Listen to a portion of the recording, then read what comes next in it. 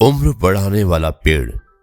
दोस्तों, ये है आज की कहानी। ये है आपका अपना प्रिय डॉक्टर आदि कश्यप मुंबईचा मानुस आपके लिए लेकर आया आपका मनपसंद program positive karma. Episode number है 1534।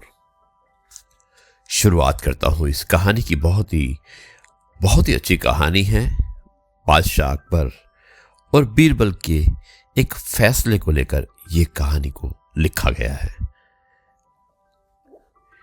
एक समय की बात है जब बादशाह अकबर का परचम पूरे विश्व में फैलने लगा था।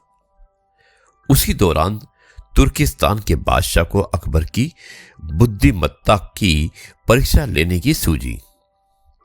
तुर्किस्तान के बादशाह ने अपने दूत को संदेश पत्र देकर कुछ सिपाहियों के साथ दिल्ली रवाना किया। बादशाह ने पत्र में लिखा था, मुझे सुनने में आया है कि भारत में ऐसा पेड़ है जिसके पत्ते को खाकर इंसान की आयु बढ़ाने में मदद मिल सकती है, और अगर ये बात सच है तो मेरे लिए उस पेड़ के कुछ पत्ते जरूर भेजें। जब अकबर ने उस पत्र को पढ़ा तो वो सोच में पड़ गए। इस चिंता से उभरने के लिए अकबर ने बीरबल का सहारा लिया।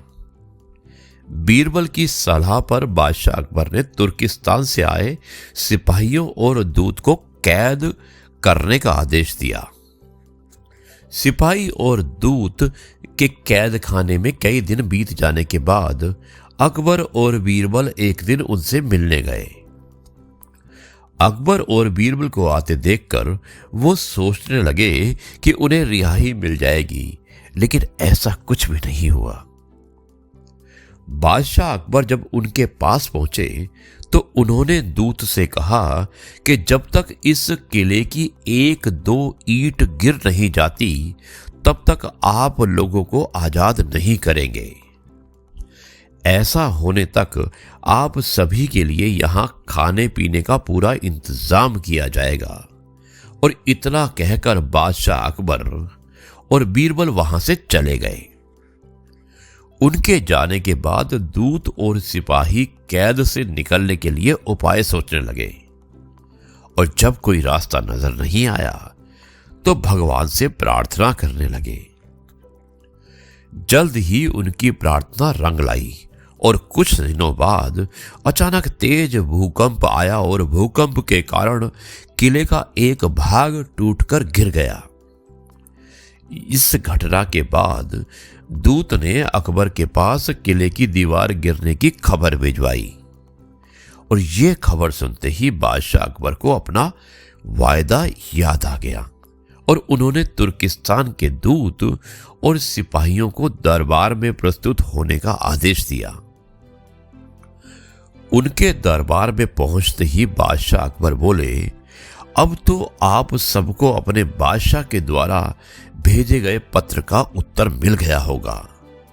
अगर अब भी आपकी समझ में नहीं आया है तो मैं समझा देता हूं। तुम सिर्फ 100 लोग हो और तुम्हारी आहा सुनकर किले का एक हिस्सा गिर गया, तो सोचो जिस देश में हजारों लोगों पर अत्याचार होते हैं उस देश की बादशाह की आयु कैसे बढ़ेगी। लोगों की आहा से यानी कि उनकी हाय से उसका पतन तो निश्चित है। हमारे भारत देश में किसी गरीब पर अत्याचार नहीं होता, यही होता है आयु वर्धक वृक्ष। और उसके कुछ दिन बाद बादशाह ने उन सभी को उनके देश भेज दिया और रास्ते में होने वाले खर्चे के लिए कुछ पैसे भी दे दिए। दूत ने तुर्किस्तान पहुंचकर भारत में घटित सारी बात विस्तार से वहां के बादशाह को बताई। अकबर बीरबल की बुद्धिमत्ता देखकर तुर्किस्तान के बादशाह ने दरबार में उनकी बहुत प्रशंसा की। दोस्तों, इस कहानी से यह सीख मिलती है कि सभी के साथ प्रेम से रहना चाहिए और कमजोर पर कभी भी अत्याचार नहीं करना चाहिए। साथ ही वही देश तरक्की करता है जहां प्रजा सुखी रहती है। जय गुरु जी, शुक्राना गुरु जी।